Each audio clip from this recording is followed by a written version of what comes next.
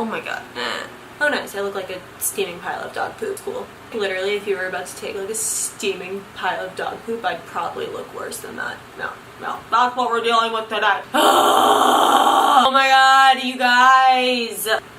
I just had the roughest day of work ever to come home and just talk to you guys. Because I feel as though this story lends itself very nicely to kind of like a frustrated type of situation, but like probably like the most dramatic like encounterings I've had with the policia like up until that point of my life. So let's just rewind for a second. Hey, it's Dingle here. I'm usually a lot more chipper than this. I apologize. I had a really hard day at work, but I do appreciate oh my god, I can't speak today. I do appreciate every single person that has come in here to watch this video. So if you are new here, why don't you smash the subscribe button right away before we even get into it, because you know you're gonna like the video anyway. And without further ado, let's get started. So this was this was 9th grade. So flashback to 9th grade Dingle. And I am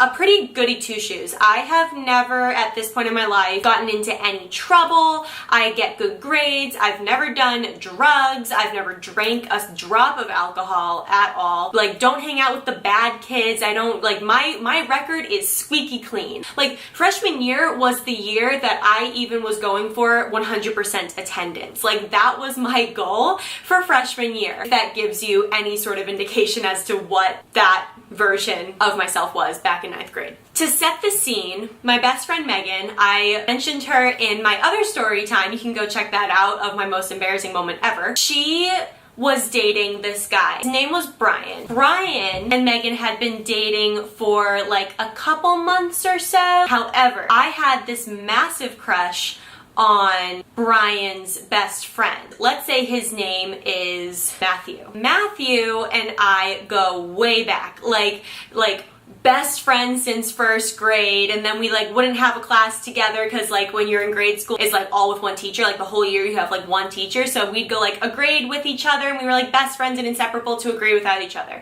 to a grade with each other, a grade without each other. 6th grade comes along and boys are a thing, so then we kind of like we're like, is this a thing, is this not a thing? We almost dated like 5 times. He was best friends with Brian, and Brian was dating my best friend, me and my best friend, and then Brian and his best friend. These two were dating, and we were like kind of almost dating all the time, but like not really. Brian is talking to Megan one day, and it is almost the end of freshman year. He's like, what are you guys doing for the last day of school? And then we're like, oh, I don't know, what are you doing for the last day of school? He's like, I don't know, what are you doing for the last day of school? And he was like, I know a spot at the power lines where we could like go and celebrate the last day of school. I mean, I want to celebrate the last day of school, that sounds really cool. And he was like, yeah, we could like burn a notebook in like celebration, we could burn our notebooks. And I was like, I don't know, like, but the reason that I didn't want to burn a notebook wasn't because we probably shouldn't burn things in public. My mind literally went to, I love to save my notebooks because of sentimental value. Like, that's how nerdy and like goody two-shoes I was. He goes, no, either way, like we might not burn them, but like let's just go hang out. Let's just go hang out. I was like, okay. And Megan told me that if I went with her and Brian, that Matthew might come. That sounds great. I've had a crush on this kid for like ever. Like, let's do it.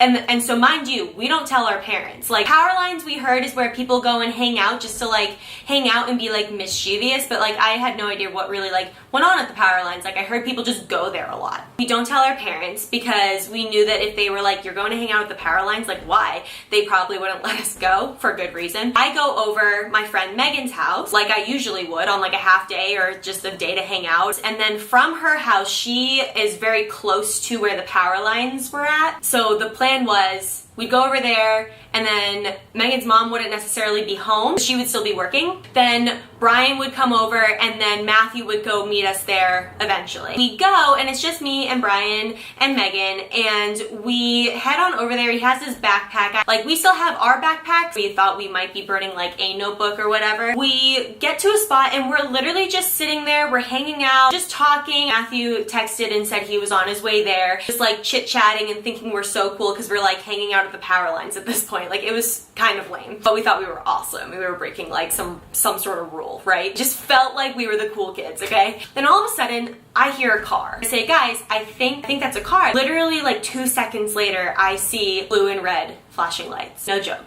Again, remember freshman year Dingle? Like, goody two-shoes doesn't want to burn her notebooks because like it's sentimental value and she was going for perfect attendance during 9th grade. Like, remember that Dingle? So imagine how freaked out I would have been seeing lights. Police officer, car, lights. That I was so freaked out. I was so freaked out. Brian grabs his backpack and stands up. So I grab my backpack and I stand up because I'm like, I can't get caught. And they see us because we stood up. We were so dumb. They go, hold right there. I nearly pissed myself. Like, I literally almost peed myself right then and there on that sand dune in the power lines. Literally like shaking. Like, I was so nervous. Problem is when I'm nervous and I know I'm not gonna die, like it's situations like this, like I know I'm not gonna die, I know I'm screwed, I just start laughing.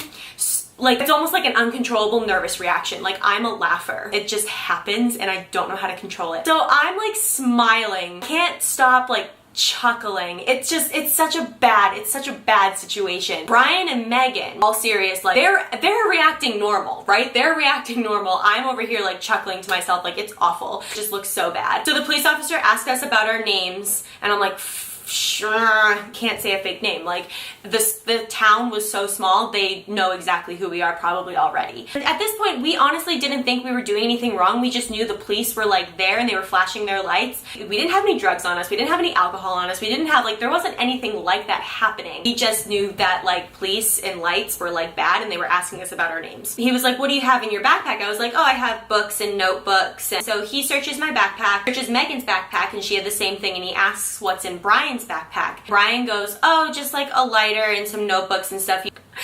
Literally, he goes into Brian's backpack and pulls out a lighter. I don't think that's illegal, right? Like, that's not illegal. Then he proceeds to pull out lighter fluid and asks, why do you need this lighter fluid? And he's like, oh, it was just for a grill. He goes, okay. And he pulls out batteries. Like, what? I thought we were gonna burn a freaking notebook. Like, literally, like, just like burn it and like stomp on it and let it out. He brought the makings of like a bomb.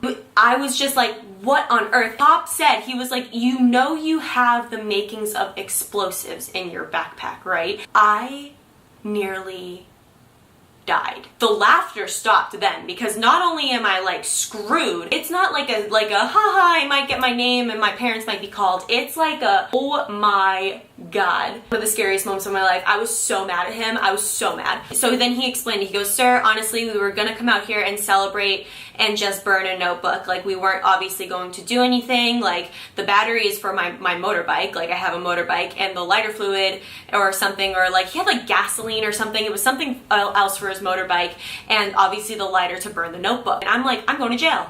I'm going to jail. This is the end of my life. I'm never going to see the outside of a prison cell. Like, I'm going to jail. I asked my name again, and he was like, oh, like, your parents just built a house. Like, how's that coming along? And he knew who I was, or like who my parents were. They knew that we were pretty good kids. We don't have a record. They'd never like seen our names. Like, it's not like they like recognized our names in a bad way. Finally, they were like, okay, we are gonna have to call your parents because you are underage. We obviously don't see anything like bad here, which was good. I'm still shaking. I'm like, my mom is gonna get a call and she's gonna be so pissed. She has no idea I'm out here. She has no idea what Brian brought in his backpack. Like, I'm freaking out. I think I'm freaking out more at the fact that they have to call my mom, and Megan was for sure freaking out because of the fact that she had to call her mom. She's like, I'm grounded for life. I'm gonna go to jail. They have my name. Like, we were in tears at this point. Like, we were so nervous about the fact that they had to call our parents more than the fact that we just got like caught with like things to make like explosives. They make sure that we walk out towards the edge of the power lines to leave. Brian goes home. We catch Matthew like